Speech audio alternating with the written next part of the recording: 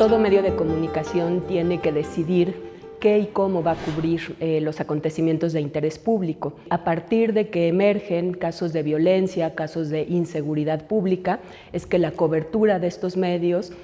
pues tiene el foco sobre ellos y saltan de lo que antes se conocía como los espacios policíacos a las primeras planas o a la noticia principal. Esto en el caso mexicano ha ocurrido más o menos a partir de la década de los 90, se empieza a incrementar la cobertura y empiezan a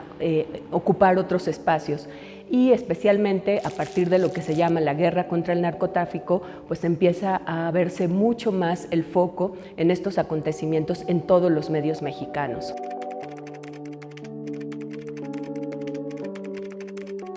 En México se ha ido incrementando una cobertura, digamos, en donde se espectaculariza lo que es la violencia,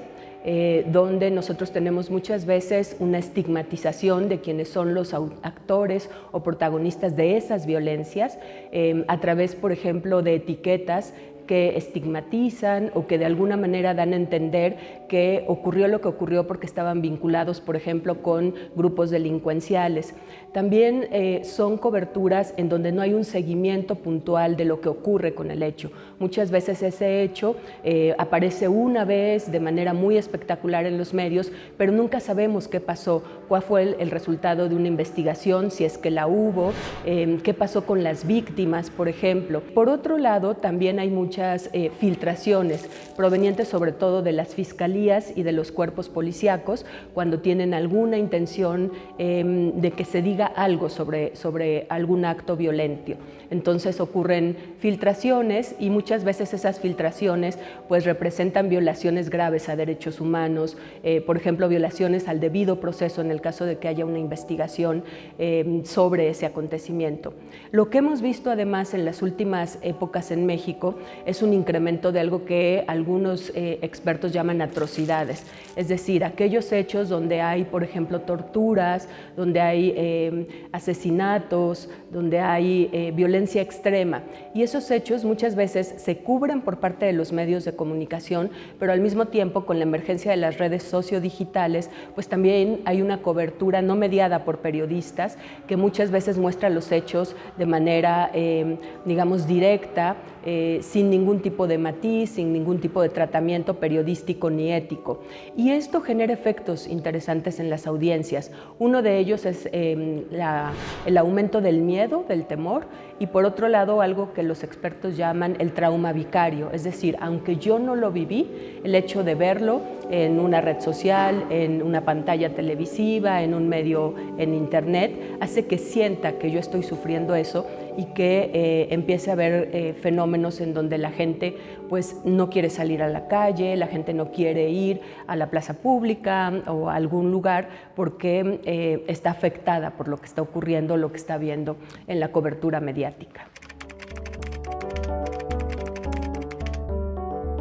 Veo varios fenómenos. Un primer fenómeno es esta normalización de la violencia. Cuando nosotros todos los días en todos los medios y redes sociales vemos hechos violentos y muchas veces estos hechos atroces, en algunos casos de manera directa, a través de videos, por ejemplo, que captan las personas, nosotros vamos normalizando el fenómeno. Y cuando hay una cobertura en donde se especifica sobre todo datos, por ejemplo, estadísticas, llevamos 5,000 homicidios, por poner un ejemplo, en lo que va del último año o en lo que va del sexenio. Cuando nosotros todo lo volvemos un número, las estadísticas siempre son importantes, pero cuando lo volvemos número y no contamos la historia atrás de ese hecho violento, de ese hecho atroz, entonces vamos normalizando como audiencias que eso ocurra. El otro fenómeno también, además de la normalización, es que no acabamos de entender el contexto complejo que implica las violencias, porque se va simplificando, se va estableciendo de manera parcial, no se va vinculando con la problemática social. Entonces vamos dando explicaciones muy simplistas, explicaciones a veces maniqueas. Es bueno y malo. Entonces la persona que le ocurrió esto era mala, era un delincuente, era un narcotraficante, por lo tanto por eso pasó. Y no alcanzamos a darle elementos, estoy hablando de los medios de comunicación, a las personas para entender por qué está ocurriendo lo que está ocurriendo, que sería una de las grandes tareas que tendrían que tener los medios.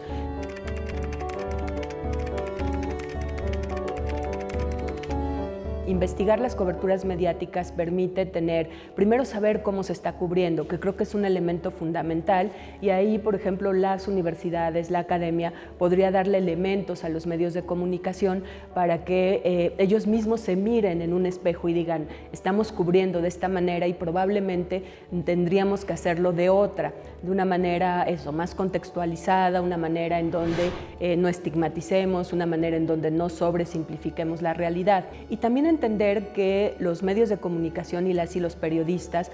además de esta muchas veces falta de herramientas técnicas, epistemológicas, conceptuales, por llamarles de alguna manera éticas, también están en un contexto de violencia, en donde hay amenazas, en donde hay agresiones, en donde hay en casos extremos desapariciones, asesinatos de periodistas. Entonces también eso genera efectos en los propios periodistas. Para resistir a las violencias me parece que hay varios caminos. Un primer camino que a mí creo está muy ausente en México es una política clara de alfabetización que permita a las audiencias, a las personas que se exponen a un medio de comunicación, tener herramientas cognitivas que le permitan de alguna manera pues, entender qué es lo que está viendo, que lo que está viendo es una mediación que está atravesado por distintos factores. Por otro lado, pues también el tipo de medio en el cual nosotros nos informamos es importante. Y a los grandes medios comerciales, a los grandes medios, digamos, que tienen pues, un interés comercial porque al final sobreviven, viven de eso, también hay otros tipos de medios que dan o que difunden narrativas distintas y que por lo tanto generan significados distintos, como son los medios comunitarios, como son los medios indígenas y como debería ser los medios públicos. Creo que debe haber un fortalecimiento de los medios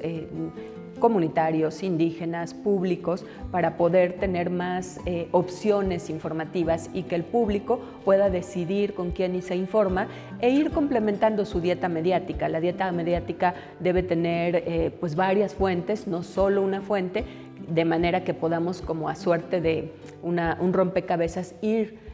construyendo nuestras mediaciones y por lo tanto la realidad social que nos están dando esos medios.